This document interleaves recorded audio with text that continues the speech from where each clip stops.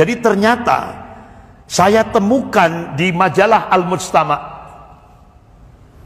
Jadi ternyata ada sebuah dokumen, Pak, yang justru terbitnya di Kuwait. Jadi bagaimana George W. Bush dan Gloria Macapagal Arroyo, Presiden Filipina,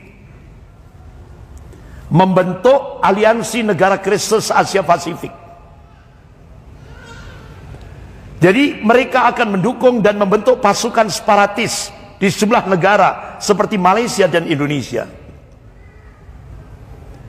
Ini yang alhamdulillah menjadi pembahasan saya dengan Panglima Divisi Kostrad.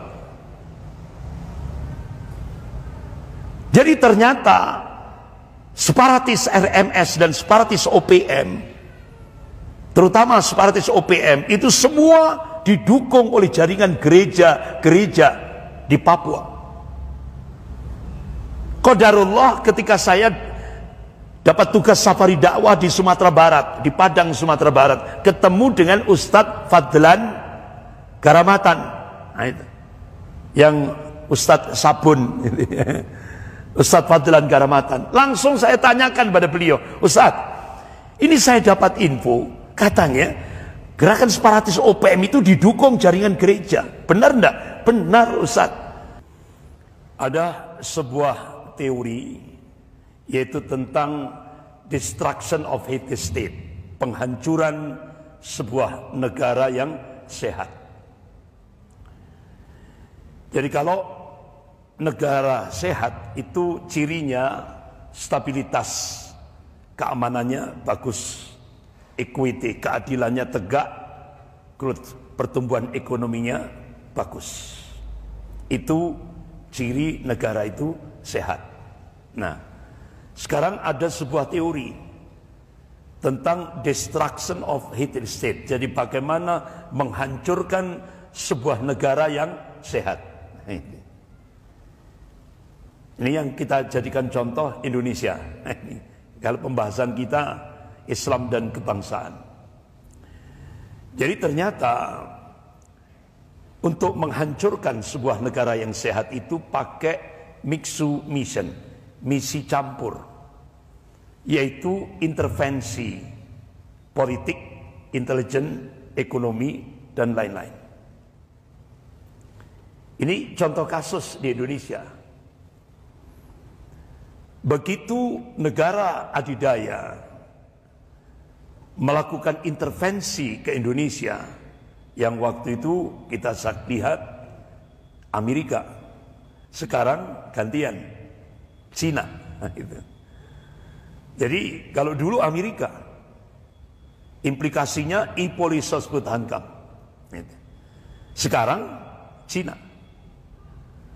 Jadi benar-benar mereka ingin menciptakan instabilitas lewat intervensi politik, intelijen, ekonomi. Ini yang lebih utama. Tujuannya apa? No growth, no acceleration. Tidak ada pertumbuhan ekonomi, tidak ada percepatan pembangunan. Mereka, negara adidaya ini, dalam hal ini Amerika dan Cina, ingin menjadi Sinterklas, dewa penolong, supaya Indonesia bergantung. Kalau dulu ke Amerika, sekarang Indonesia bergantung ke Cina. Inilah strategi menghancurkan sebuah negara yang sehat. Nah sekarang bapak-bapak, ibu yang dimuliakan Allah, kalau ketika kita melihat dalam aspek din, agama, ya, dalam aspek agama, karena pembahasannya Islam dan kebangsaan.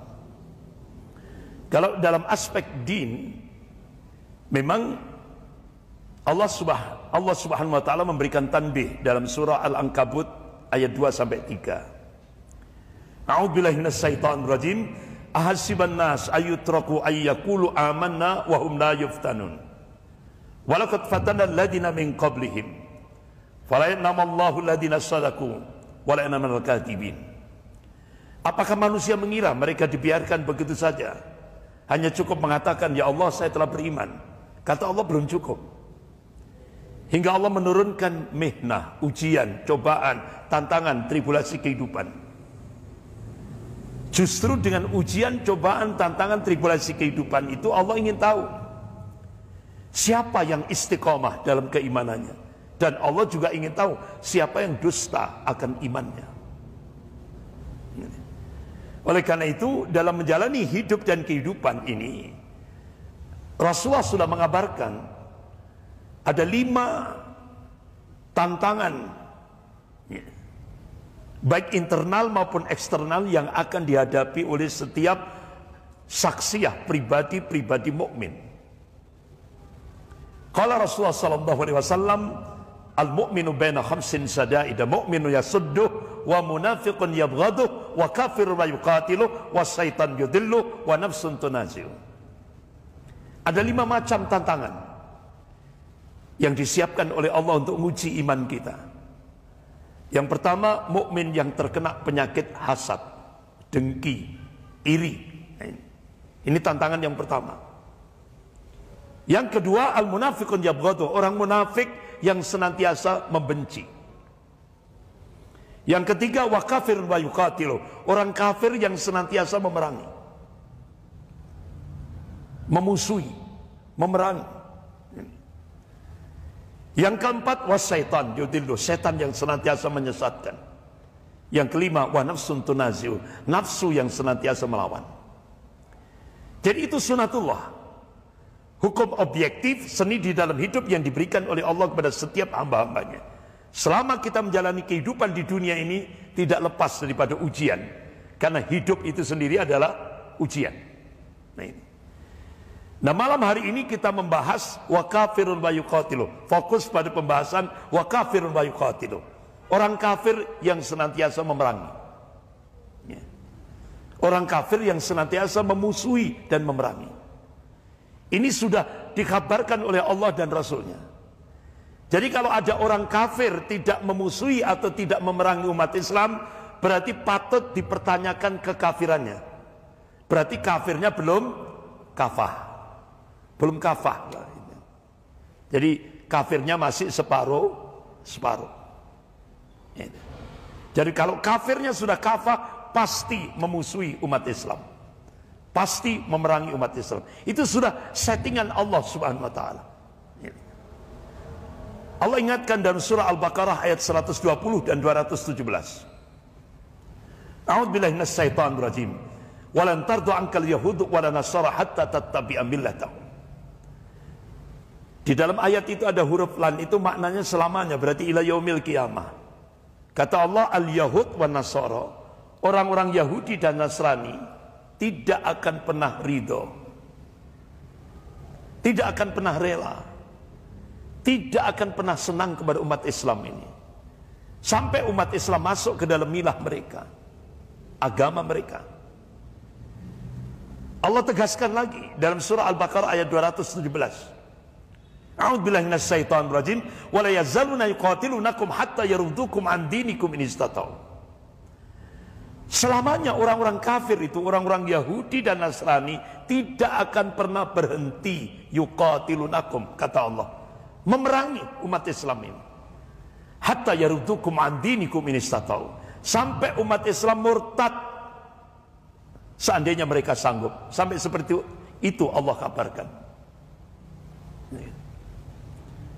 Bahkan bapak-bapak, ibu yang dimuliakan Allah, Allah tegaskan lagi dalam surah Al-Maidah ayat 82.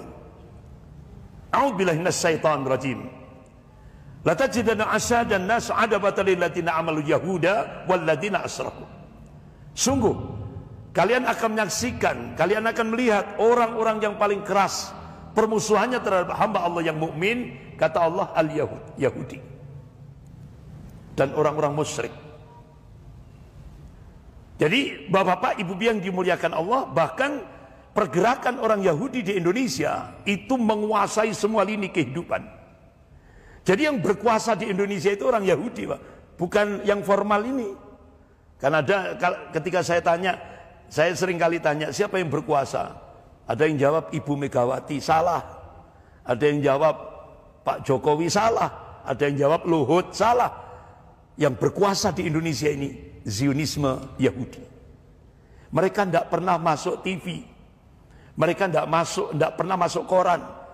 Pergerakannya Syria clandestine di bawah tanah, hampir 5.000-an, dan itu ditulis oleh Jenderal Sumitro dalam bukunya Dari Pangdam Mula Warman hingga Pangkop Kamtib. Nah, itu. Makanya bapak-bapak, ibu yang dimuliakan Allah, kantor dagang yang ada di Jakarta itu kamuflase saja. Itu markas operasi intelijen. Pengendalinya di mana? Singapura. Singapura itu satelit wilayah Asia Tenggara. Siapa yang mengendalikan? Immanuel Sahab. Itu yang dibongkar oleh Jenderal Sumitro. Itu jenderal angkatan darat yang paling killer. Nah, itu. Kemudian ditulis lagi oleh Kepala Bakin, Kepala Badan Koordinasi Intelijen Indonesia, yaitu Letnan Jenderal Z.A. Maulani. Nah, di Malang ini bapak-bapak ibu yang dimuliakan Allah, markasnya yang paling besar itu ada di Desa Sumberdem, Kecamatan Wonosari, hampir 5 hektar. Alhamdulillah, ketika saya ngambil tesis buat tesis pada saat saya ngambil program pasca sarjana, itu saya jadikan riset gitu. Jadi sampai riset saya sampai ke Aceh gitu ya. Sampai ke Aceh sana. Jadi alhamdulillah alhamdulillah saya bukukan, alhamdulillah saya serah, dan alhamdulillah dapat respon. Saya bukukan itu, dapat respon dari BAIS, Badan Intelijen Strategis Angkatan Darat, Mabes Angkatan Darat. Alhamdulillah langsung datang ke pondok pesantren saya, langsung kita arahkan ke sana. Alhamdulillah, markas Zionis Yahudi yang paling besar di Kabupaten Malang, di Desa Sumberdem, Kecamatan Wonosari, itu ditulis pelangnya itu Zion besar merah, ditutup oleh Mabes Angkatan Darat, karena itu sangat membahayakan bagi NKRI. Jadi waktu saya melakukan riset itu jam 2 malam, saya jagong itu, jadi ronda.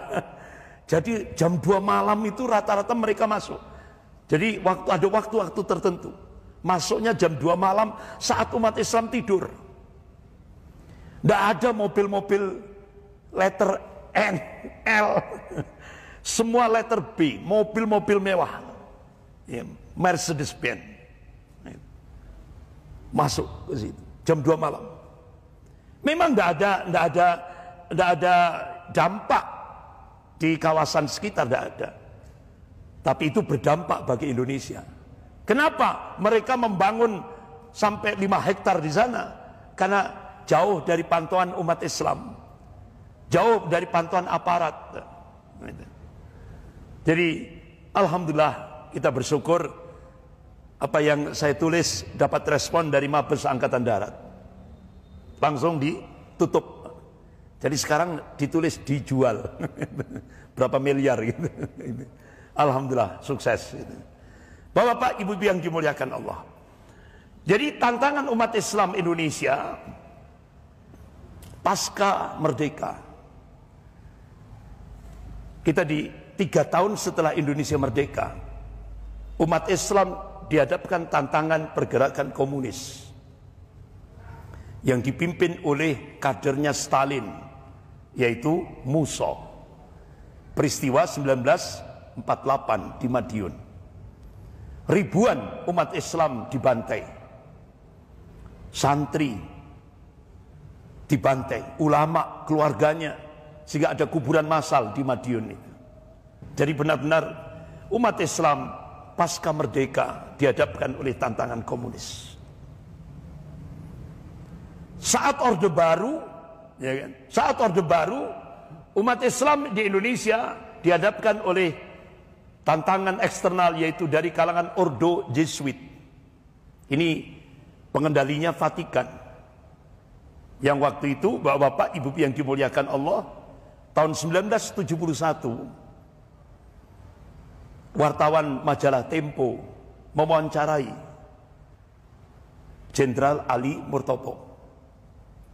Dari situlah baru terdeteksi Jadi ternyata pasca peristiwa G30 SPKI, tokoh Ordo Jesuit yaitu Peter Buck dari Belanda, yang mereka ini punya jaringan langsung ke Vatikan. Jadi kalau kita buka di Google, jaringan Ordo Jesuit ini ada kurang lebih sekitar 33.000 seluruh dunia.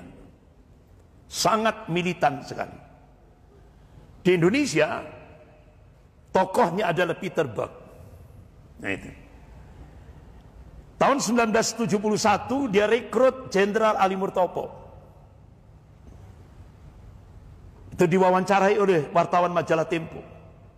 Jenderal Ali Murtopo diiming-imingi, kalau Anda kepingin menjadi RI 1 setelah Soeharto, syaratnya cuma satu, habisi umat Islam. Sehingga akhirnya waktu itu Jenderal Ali Murtopo merekrut Jenderal LB Murdani.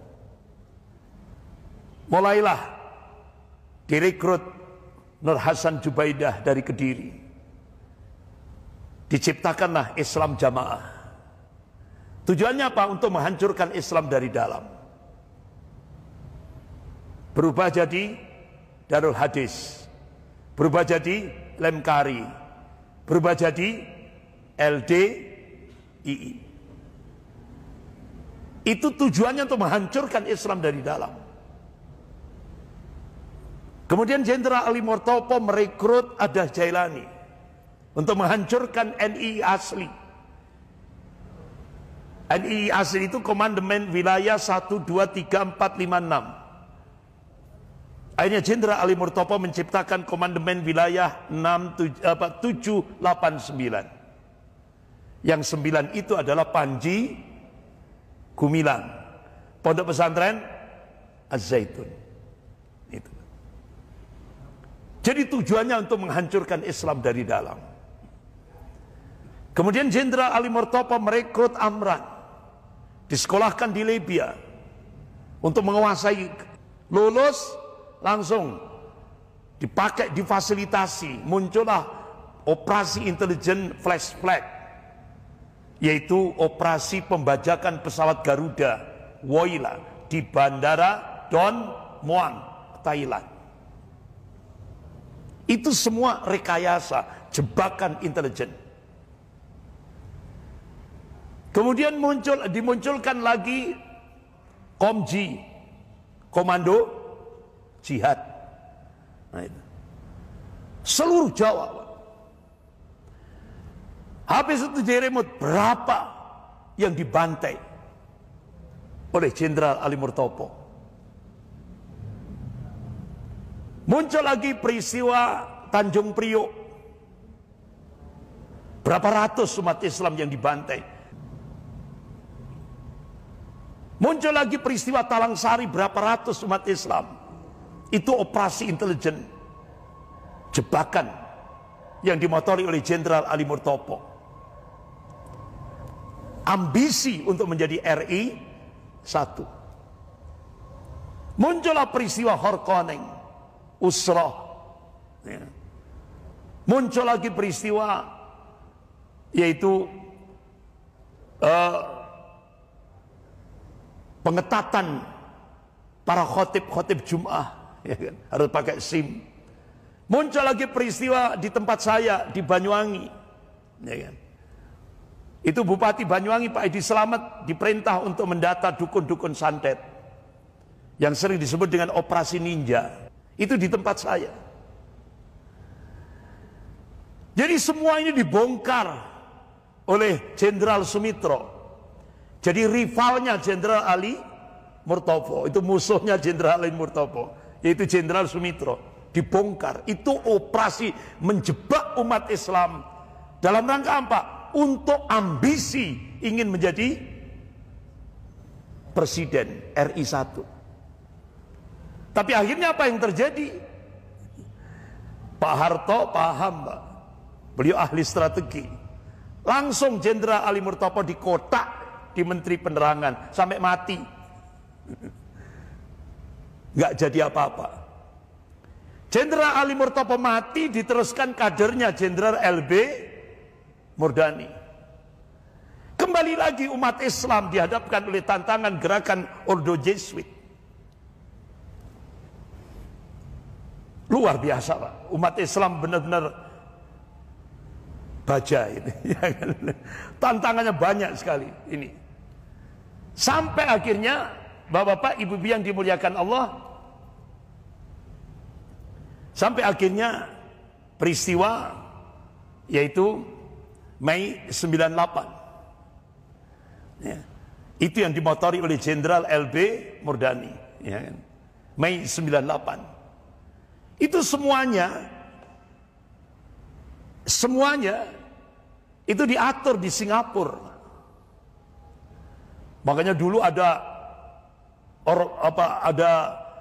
ormas-ormas Forkot, Kamret dan sebagainya itu, ya kan? Ini orang-orang kiri. Jadi orang-orang kelompok-kelompok kiri dari kalangan mahasiswa waktu itu. Jadi sehingga peristiwa Mei 98 terjadilah itu. Sampai akhirnya Pak Habibie diberi amanah oleh Presiden Soeharto untuk melanjutkan estafet. Sehingga akhirnya Pak Habibie menjadi presiden. LB Murdani mati. Ya kan? Sampai mati. Karena apa? Pak Harto waktu itu pulang dari haji di pesawat Garuda, Pak Harto memberikan statement, siapapun walaupun jenderal tak gebuk. Ya kan? Siapa yang dimaksud itu? Yaitu Jenderal LB Murdani. Sehingga alhamdulillah bapak-bapak, ibu yang dimuliakan Allah, waktu itu benar-benar umat Islam benar-benar dipressure, ditekan. Sehingga alhamdulillah akhirnya kita mulai dari Malang, yaitu dari teman-teman dari Fakultas Teknik, Salman dan yang lain-lain itu mencoba siapa yang paling dekat dengan Pak Harto ini, yaitu Pak Habibie. Sehingga akhirnya dilaunchinglah Ikatan Cendekiawan Muslim yang ada di Universitas Brawijaya. It's me. Sehingga terjadilah perubahan politik di Indonesia. Gitu. Yang tadinya kita benar-benar ditekan oleh kelompok, setelah kita diuji dengan komunis, kita ditekan oleh kelompok Kristiani radikal. Bapak-bapak, ibu yang dimuliakan Allah, sampai orde reformasi. Kita kembali lagi, ya kan? Ya. Waktu itu sampai ketika masa Presiden Habibie, bapak-bapak, ibu yang dimuliakan Allah, yang menjadi kepala Bakin yaitu Bapak Letnan Jenderal Z.A. Maulani. Beliau sampai menulis buku judulnya Zionisme Gerakan Menaklukkan Dunia. Zionisme Yahudi Gerakan Menaklukkan Dunia. Jadi beliau memberikan satu pandangan politik waktu itu. Jadi kata beliau, sebagian dari birokrasi sipil dan aparat intelijen militer di dunia ketiga, termasuk Indonesia, itu terdiri dari para gangster dan kriminal, kata beliau. Namun keadaan yang sebenarnya bila didalami jauh lebih rumit. Karena pada dasarnya para gangster itu tidak lebih dari instrumen dalam jaringan kerja dari para pemodal besar internasional, yaitu Zionisme Yahudi. Sebagai contoh, bekerjanya anasir Zionis Yahudi melalui jaringan clandestine di Indonesia, baik melalui partai-partai politik yang korup, badan-badan LSM kiri, kelompok teologi pembesar Katolik Yesuit yang ke kiri-kirian, serta kaum anarkis, yaitu Forkot waktu itu, Forkot, Kamret dan sebagainya itu, lembaga-lembaganya telah berhasil menyingkirkan tokoh yang memiliki integritas dan kompetensi. Pemimpin yang memiliki integritas dan kompetensi ini dari segi kepentingan Zionisme secara politik tidak dikehendaki. Jadi Pak Habibie itu tidak dikehendaki oleh Zionisme Yahudi yang waktu itu dimotori oleh George Soros. Sehingga akhirnya itu tadi, yang tadi teorinya tadi, untuk menghancurkan sebuah negara yang sehat, mixed mission, misi campur, akhirnya diintervensi lewat ekonomi, lewat George Soros. Sehingga Indonesia digoncang lewat ekonomi. Sehingga pada masa pemerintahan Habibie waktu itu $1 itu kurang lebih 25.000 rupiah $1. Goncang Pak Indonesia, kolab. Tapi sebelum beliau dimakjulkan di sidang umum MPR waktu itu, ya kan? Makanya kata Kabakin, Kepala Badan Intelijen Koordinasi Intelijen Indonesia ini, Pak Letnan Jenderal Z.A. Maulani, jadi itulah yang terjadi dengan nasib Presiden B.J. Habibie di Indonesia, yang ditendang keluar oleh ini tadi, gerakan Zionis Yahudi yang ada di Indonesia. Bahkan oleh partainya sendiri ternyata disusupi oleh gerakan Zionis Yahudi. Tapi sebelum beliau lengser, Bapak Ibu yang dimuliakan Allah, alhamdulillah saya diberi kesempatan untuk bertemu beliau di Istana Negara. Jadi waktu itu saya masih mahasiswa, ya, masih mahasiswa. Jadi alhamdulillah saya diundang ke Istana Negara. Jadi ini masih kurus Pak saya. Nah sekarang rada lemu. Jadi agak bedah. Ya.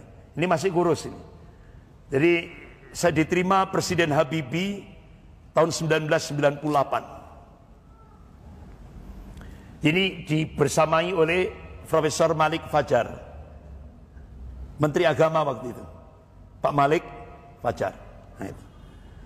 Jadi alhamdulillah Bapak, padahal kalau kita lihat karya Habibie itu ada 10 pesawat tercanggih. Ini benar-benar diakui dunia. Ini yang ditakuti oleh Yahudi. Kenapa? Pak Habibie itu berhasil membangun 10 jenis pesawat canggih.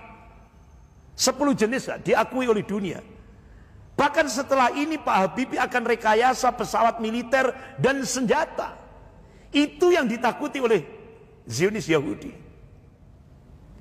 Makanya kenapa Habibie langsung digoncang lewat Mixu Mission. Misi campur, yaitu intervensi ekonomi lewat George Soros. Ini Bapak, Ibu-ibu yang dimuliakan Allah. Begitu juga saya alhamdulillah mendapatkan info dari Mayor Jenderal TNI Ridwan, Panglima Divisi Kostrad. Jadi waktu itu beliau menyampaikan bagaimana kondisi Indonesia terutama di daerah-daerah perbatasan. Ya kan? Ini Mayor Jenderal Ridwan, ini Panglima Divisi Kostrad, ini wakilnya Wakil Panglima Divisi Kostrad yaitu Letnan Jenderal Syahiding. Ini. Jadi Bapak, Ibu-ibu yang dimuliakan Allah, saya dapat info dari beliau, bahkan saya diminta untuk menyampaikan materi di Divisi Kostrad, ya, untuk memberi motivasi kepada prajurit Kostrad. Dan alhamdulillah saya diajak makan siang bersama komandan-komandan batalion di bawah Kostrad. Nah, ini Panglima Divisi Kostrad Mayor Jenderal Ridwan. Yang sebelumnya Bapak Ibu yang dimuliakan Allah, saya pernah mendapatkan hampir 1 jam ilmu dari Panglima Divisi Kostrad sebelum beliau, yaitu Mayor Jenderal Kiflan Zain. Jadi alhamdulillah saya diundang di ruangan Panglima Divisi Kostrad. Saya di briefing hampir 1 jam. Banyak ilmu tentang kondisi pertahanan Indonesia yang saya dapatkan. Akhirnya alhamdulillah Bapak Ibu yang dimuliakan Allah, saya ditelepon Letkol Adam, jadi ajudan Panglima Divisi Kostrad. Ustadz diminta untuk safari dakwah, diajak oleh Panglima untuk safari dakwah bulan Ramadan. Alhamdulillah. Jadi saya diajak keliling di batalion-batalion itu. Bapak Ibu yang dimuliakan Allah, jadi ternyata saya temukan di majalah Al-Mujtama'. Jadi ternyata ada sebuah dokumen yang justru terbitnya di Kuwait. Jadi bagaimana George W. Bush dan Gloria Macapagal Arroyo, Presiden Filipina, membentuk aliansi negara Kristen Asia Pasifik. Jadi mereka akan mendukung dan membentuk pasukan separatis di sejumlah negara seperti Malaysia dan Indonesia. Ini yang alhamdulillah menjadi pembahasan saya dengan Panglima Divisi Kostrad. Jadi ternyata separatis RMS dan separatis OPM, terutama separatis OPM, itu semua didukung oleh jaringan gereja-gereja di Papua. Qadarullah ketika saya dapat tugas safari dakwah di Sumatera Barat, di Padang, Sumatera Barat, ketemu dengan Ustadz Fadlan Garamatan. Nah, itu. Yang Ustadz Sabun. Ustadz Fadlan Garamatan. Langsung saya tanyakan pada beliau, Ustadz, ini saya dapat info, katanya gerakan separatis OPM itu didukung jaringan gereja. Benar enggak? Benar, Ustadz. Bahkan mantan Danjen Kopassus, itu Pak Mayor Jenderal Sutomo kalau tidak salah waktu itu, namanya saya agak lupa, itu beliau nyamar jadi Babinsa, Pak. Padahal ini mantan Danjen Kopassus. Jadi beliau nyamar jadi Babinsa, masuk di bandara-bandara perintis. Itu ternyata semua milik gereja. Itu yang mensupport separatis OPM. Itu yang saya sampaikan di depan Panglima Divisi Kostrad. Nah, Bapak-bapak, ternyata benar, Pak. Jadi terbongkar di majalah Al-Mustama bagaimana separatis OPM, separatis RMS itu benar-benar disupport oleh tadi itu negara-negara Eropa dan Amerika. Makanya dibongkar di majalah Al-Mustama yang terbit di Kuwait, bagaimana George W. Bush dan Presiden Filipina tadi membentuk satu gerakan pembentukan aliansi negara Kristus Asia Pasifik, yang itu meliputi mulai dari Filipina, Singapura, Taiwan, Makau, Hong Kong, Sabah, Sarawak, Perlis, Penang, Selangor, Perak, dan Maluku, Timur Leste, Sulawesi. Ini Bapak-bapak, ibu-ibu yang dimuliakan Allah, alhamdulillah saya juga mendapatkan bagaimana info-info tentang pertahanan ini dari Wakil Komandan Arhanud. Alhamdulillah saya juga mendapatkan info dari beliau. Bahkan ketika saya di Jakarta, alhamdulillah Bapak Ibu yang dimuliakan Allah, saya bertemu dengan Wakil Direktur BIN, Badan Intelijen Negara, yaitu Jenderal Muhdi PR. Alhamdulillah waktu itu saya dibersamai Ketua Bidang Dakwah Majelis Ulama Indonesia Pusat, yaitu Kiai Haji Khalil Ridwan LC, dan Ustadz Suhada Bahri LC. Alhamdulillah kita banyak mendapatkan info-info bagaimana situasi keamanan di Indonesia dari Wakil Direktur BIN Badan Intelijen Negara, yaitu Jenderal Muhdi PR.